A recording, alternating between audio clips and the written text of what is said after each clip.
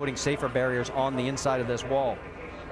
You can see Boyer was trying to side draft a little bit at the same time, so there wasn't any room for any error there. I'm still trying to figure out, well, how Elliott Sadler got into all this. On board with David Rudiman.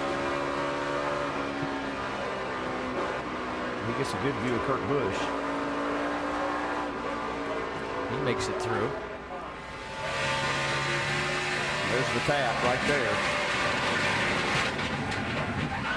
It wasn't intentional on Jimmy's part, but definitely that's what caused this, was that contact from Jimmy's front bumper. Kurt, talk to me. All right, buddy. Okay, let's, we think we've seen an angle. Check the lower right of your screen. Oh my gosh, oh my gosh. Hey, look at that. Head on into that Armco. That's down in a 90-degree corner. See what we could see from up high. We talk about things that need to be addressed at certain tracks, and that's certainly an issue right there. Oh, that's a big-time issue. You know, just couldn't have been any worse, and that's what happens. I mean, these cars will find the absolute worst place to hit. See, Kurt just misses that.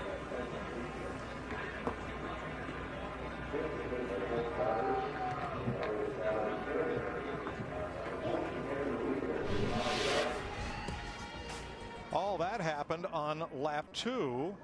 And now, under caution, Juan Pablo Montoya has crashed and gone aflame. Holy cow, what happened? We just got a report that he was complaining about a bad vibration in every gear. No, Larry, he just slammed into the jet dryer. I think he slammed into the jet dryer. They're trying to clear debris off the racetrack, and the car brakes, won't steer, and he slides up the track and into the back of that surplus helicopter jet engine on a trailer used to dry the racetrack. Larry, Mike, I saw sparks coming out from the car as if it had a tire down or something. What an incredible turn of events. I've never in my life.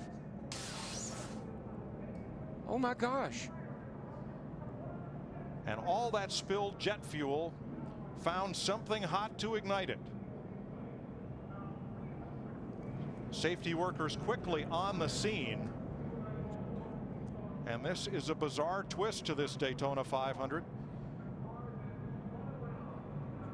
Down in turn number 3.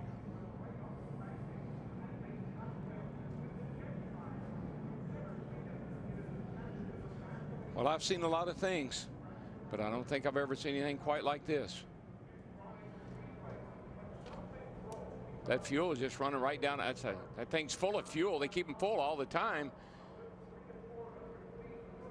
I just wonder what it's going to do to the racetrack. Well, here comes the fire crew. You see the red truck bottom of the screen.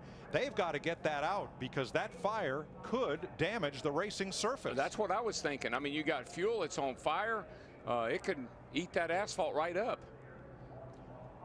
It is commonplace for track safety, rescue, track drying vehicles to circulate the track under a caution flag.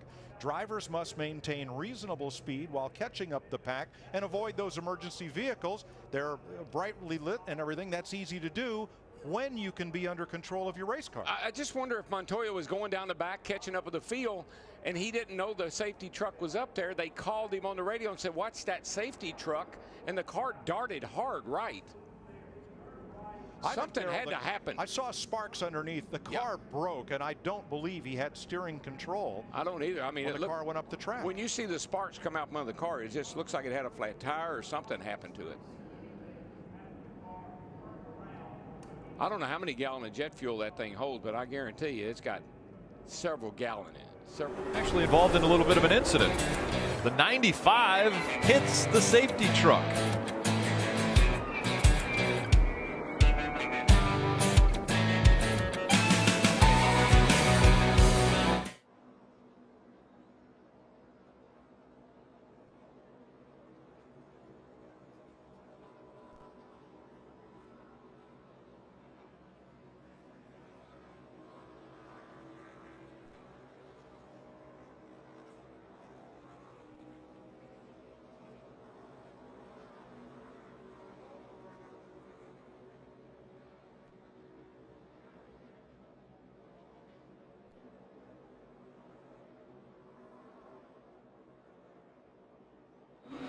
Kevin Harvick's in. Chris?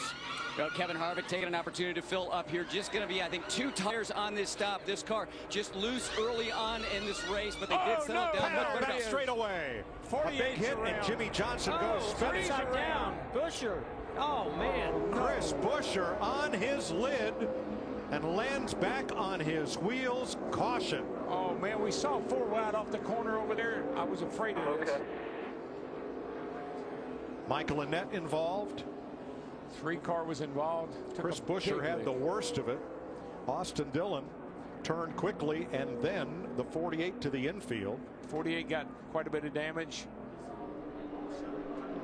Chris Buescher reported on his in-car radio he is okay after a big flip. See him moving around inside the car. Doesn't have the window net down yet, but he's moving around.